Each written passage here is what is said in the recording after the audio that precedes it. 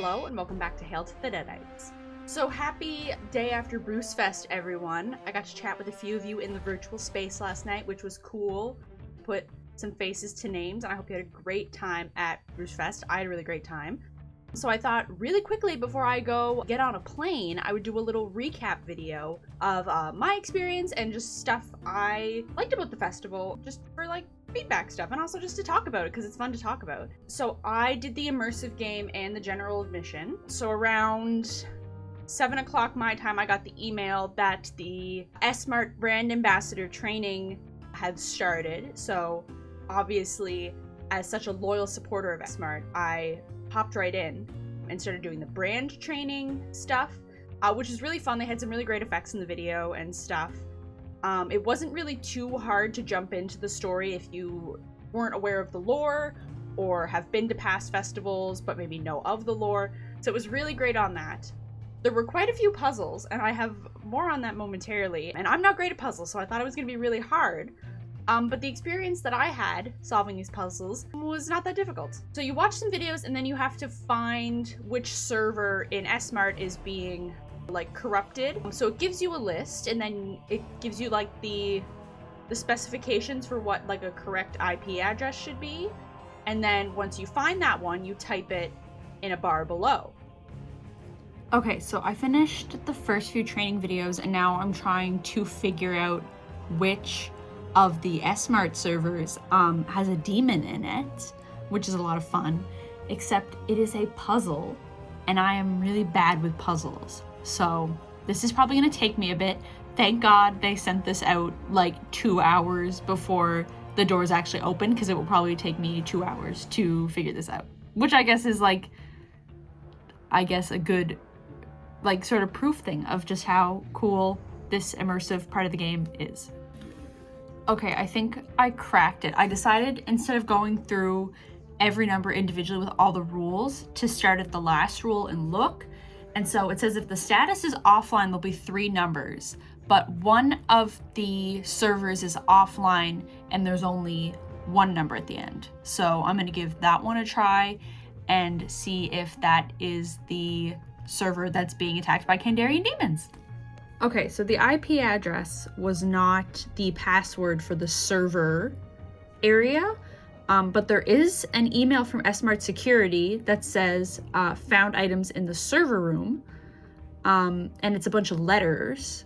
So I guess I'm gonna try and unscramble them and see if that's the password for the server room, because otherwise I don't know where to find it. So I thought I found the one. I typed it like 100 times and it didn't work. So I was like, okay, well maybe it says password here. So maybe it's not the IP address. Maybe there's a password I have to put in to get the IP address. So there's another email you have in the email account that you are hacking that has a bunch of torn up letters. So I was like, let me scramble these. It was the letters IDMTNEO,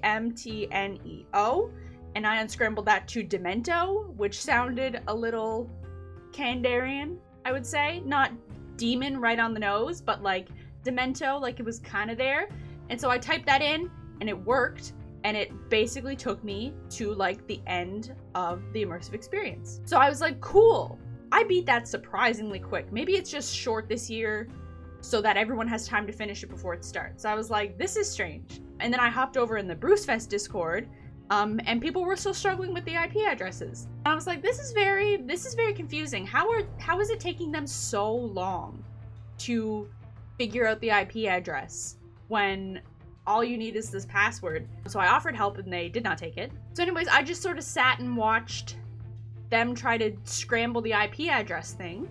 And then I was talking to Chris and one of our giveaway winners, Sydney, and turns out I must have found a bug or something, and there was a whole section of the game that I missed because I put in this password, and to be fair, as soon as I got the email I started. So maybe there was something that they forgot to undo that I just managed to type the right stuff into, and it took me right to the end. So yeah, I would love to see what I missed. They said the game is still going to be open for a while, so maybe once I'm back from my trip, I will give that another go and try to actually beat it instead of doing my weird speedrun hack that I didn't even know I was doing. But yeah, other than that, the game was really fun. They had great effects. It was really cool. It's nice that they were able to adapt it virtually.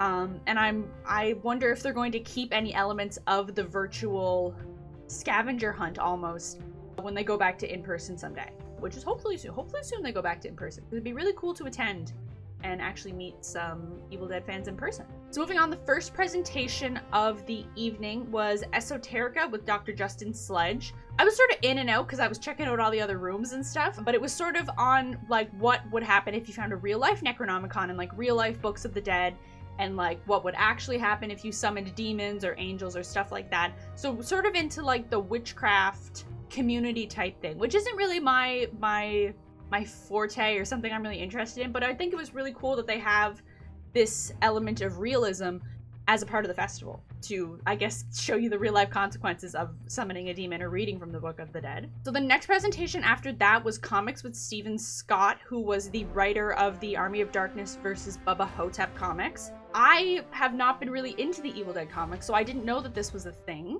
It's a comic series, and a lot of the art he showed was really, really cool.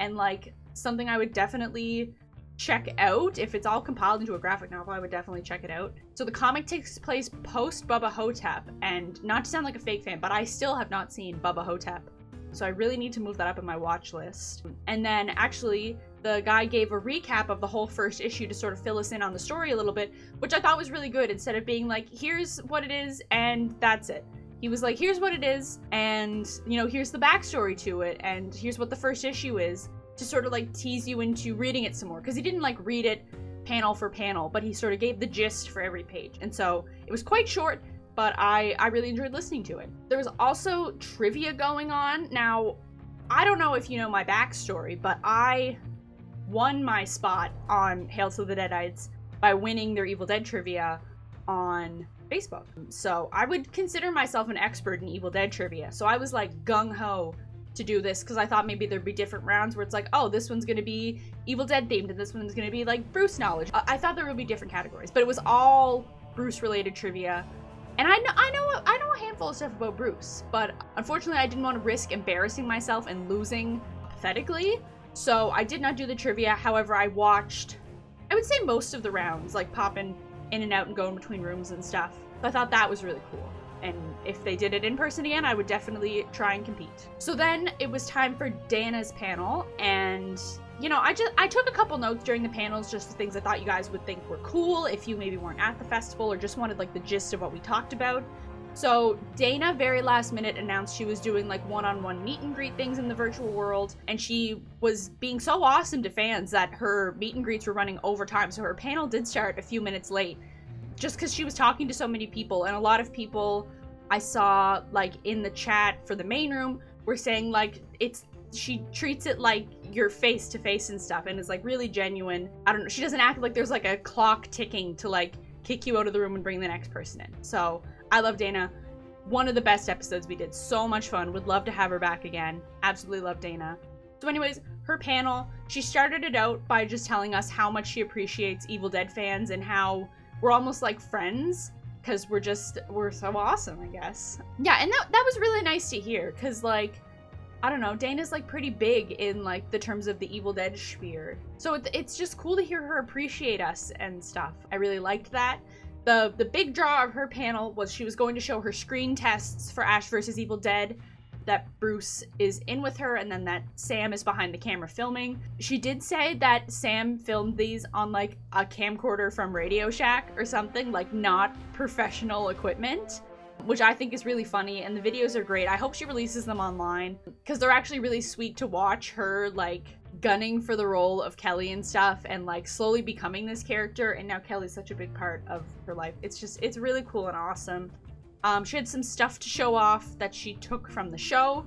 So first off was a shirt that Lee Majors made everyone that says Brock's Tackle, no fish will ever jerk you off again. Very interesting subline. It was a cool shirt, and he like signed it and was like, best of luck with life and career or something. She talked about Lee a lot. It was really funny. And then she talked about the stuff she took from each season. So she said in season 1, when we're in Kelly's bedroom and there's the giant poster that's like a photoshopped Dana face thing, it's a huge poster. She took that and got all the cast and crew from season 1 to sign that. From season 2, her shirt that says "fuck the clock," she got everyone to sign that for season 2.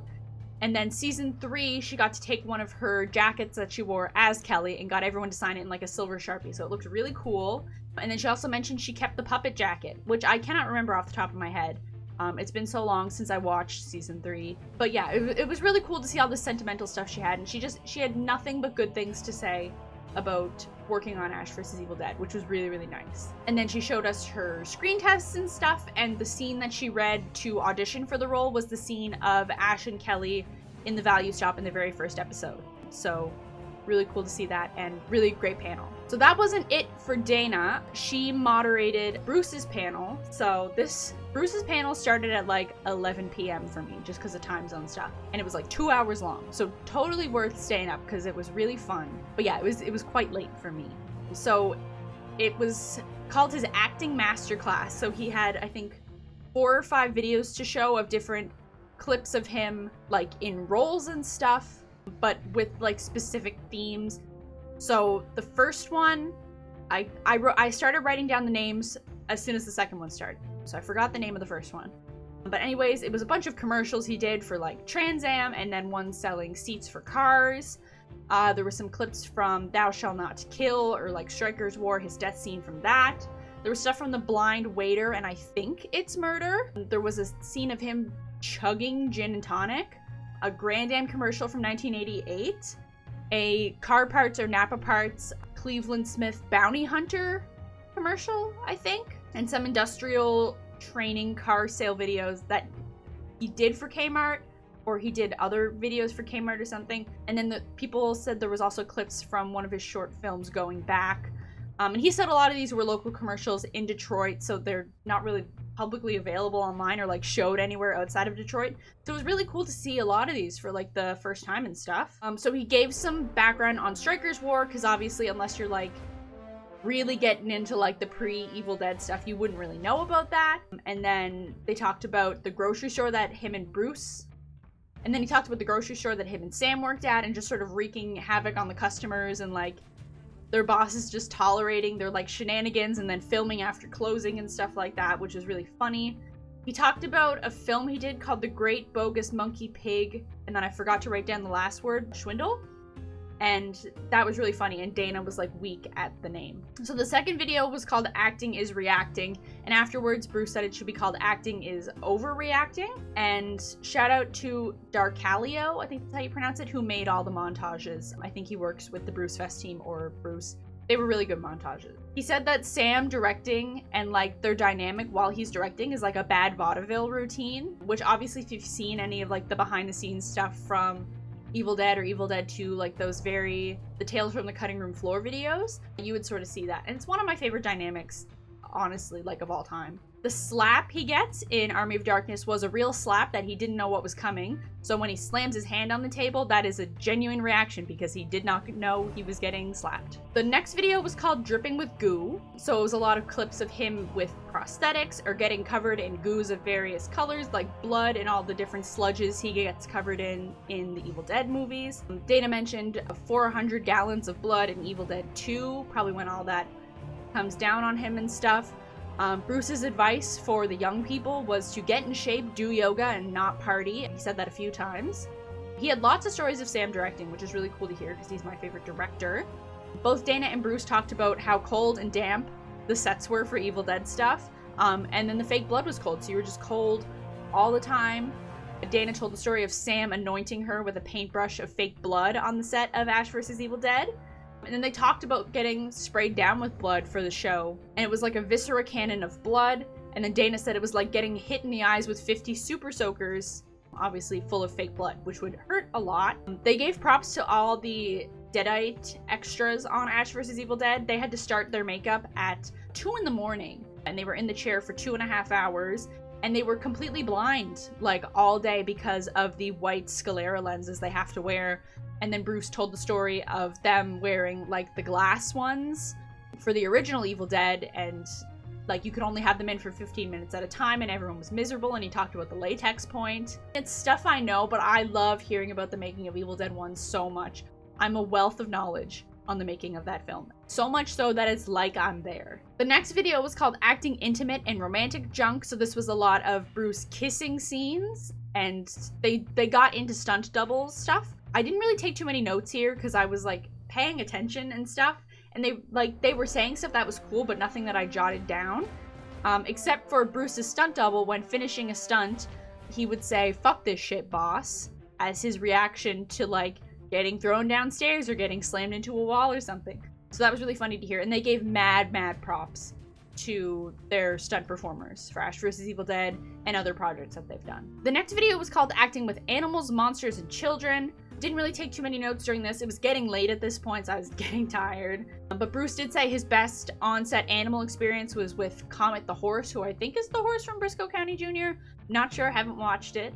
And then the final video was called Acting, Pratfalls, and Stunts. And Bruce started it out talking about prop guns and sort of the legal issues going on with Alec Baldwin and his movie Rust. So Bruce told us, like, as long as he can remember, anytime he's been handed a prop gun, he fires like what would be like a full round, but I think is like 9 shots into the ground. And he's like, okay, now I know this is dead for sure and I can use it.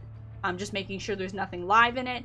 Because he did say Briscoe County Jr. in the back lots, they would fire real bullets to get rid of the crows. Not shooting the crows, but shooting the gun to get rid of the crows noise-wise. So then there was a Q&A portion, and I don't want to sound high and mighty and like I am the perfect Q&A candidate, but like it's been 10 years almost since Ash vs. Evil Dead was canceled, and Bruce has said he's not playing Ash anymore. So it would be really nice if people stopped asking when Ash vs. Evil Dead Season 4 is coming out, because Bruce has said he's not doing it. And he did say several times during this Q&A portion, he does not want to play Ash again. He is done with that character. He is done with that role. There was no mention of the animated series, which I think is good, because you don't want to get people's hopes up, because there's been no real confirmation on that. It's just said it's been in the works. So stop asking him when Ash vs. Evil Dead Season 4 is coming, or when he's gonna return to play Ash or something. It's really annoying, and it like takes up the chat so that people with like genuine questions that haven't been asked for the past 10 years don't get seen, because people are too busy asking when he's gonna play Ash again, or asking stupid questions, or telling him to make an OnlyFans or something. Read the room, people. I'm sorry, I just had to get that out there because it was really frustrating to watch people spam questions he's been answering for 10 years, and would be like a quick Google search to find out, and like maybe you aren't aware that he answered it, but like common sense, people. Common sense. So anyways, speaking of returning to roles, Bruce did mention the role he would most like to return to is Briscoe County Jr. And he said they're like the whole plot of like the reboot would be who killed his partner, because Julius Carey passed away. So obviously you can't have him in the show, but you could do a whole subplot about who killed him. And he said he would return to Burn Notice because I think his character has a kid. So obviously the kid being taken away is a great plot line for most like action-y shows like that, and gets good acting out of you because you have to act like a parent whose child has been adopted. Once again, he stated he is done returning to Evil Dead on the screen. I know on Evil Dead Rise he did a lot of executive producing and post-production sound design, so if he's happy to do that, I'm fine with that. I am fine with that.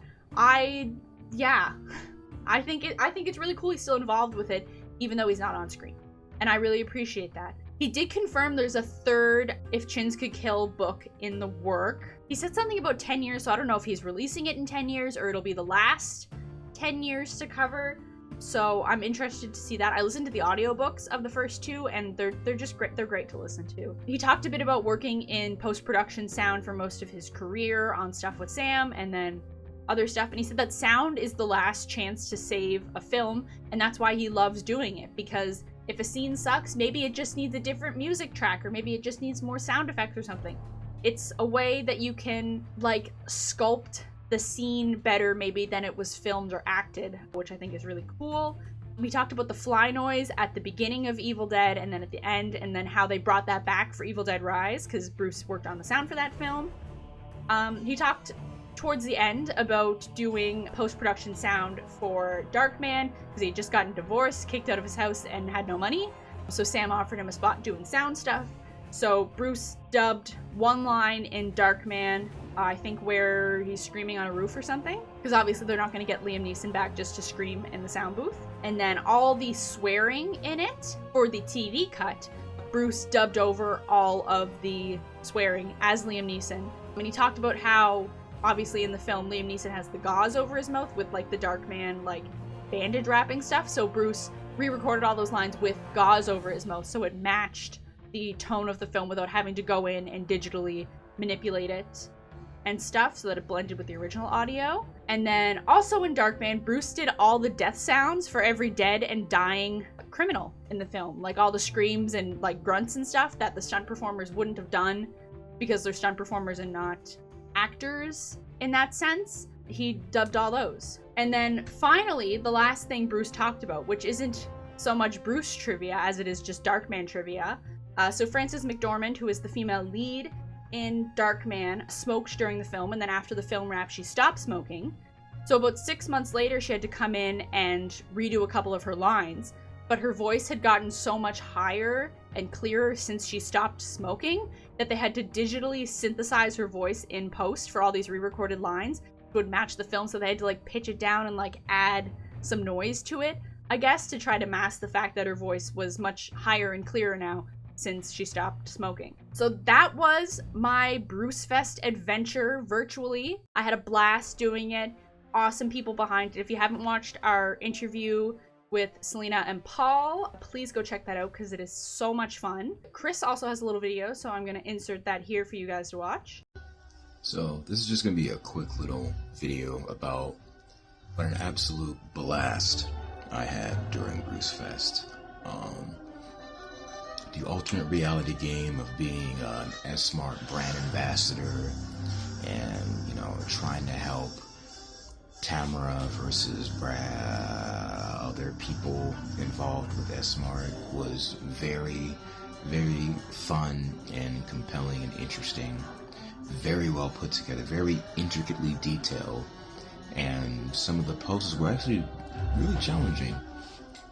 In addition to that, the festival itself was really cool, the way the virtual edition of it was, in terms of on the website there were different rooms that you can go into. You could talk to people that were working on comic books such as the Army of Darkness Bubba Hotep crossover, people that had screen use props from the Evil Dead franchise and other movies on display, folks that have the screen use Oldsmobile Delta 88s from Ash vs. Evil Dead, professors that were experts on the occult in real world books of the dead, and all sorts of other stuff, and you know, trivia all about testing your knowledge on Bruce Campbell. And then, of course, Danny DiLorenzo basically being the moderator for talking with Bruce, going over his acting career and tips and tricks for actors and answering questions and whatnot. It was really, really fun, and this was my first time doing anything related to BruceFest, and I absolutely loved it. 12 out of 10. Highly recommend doing it next time it comes around, whether it's online or in person. Shout out to Selena and her team. You guys did an absolutely amazing job putting a groovalicious event together. Thank you for having me. Love you guys. I had a ton of fun and can't wait to do it again. Cheers and stay groovy. Thank you, Chris, for that message. Let me know down in the comments if you were at BruceFest and what your favorite part was, and we'll have a whole little discussion down there. Make sure to like, share, and subscribe. And I gotta go catch a plane, so I will see you in the next video. Stay groovy.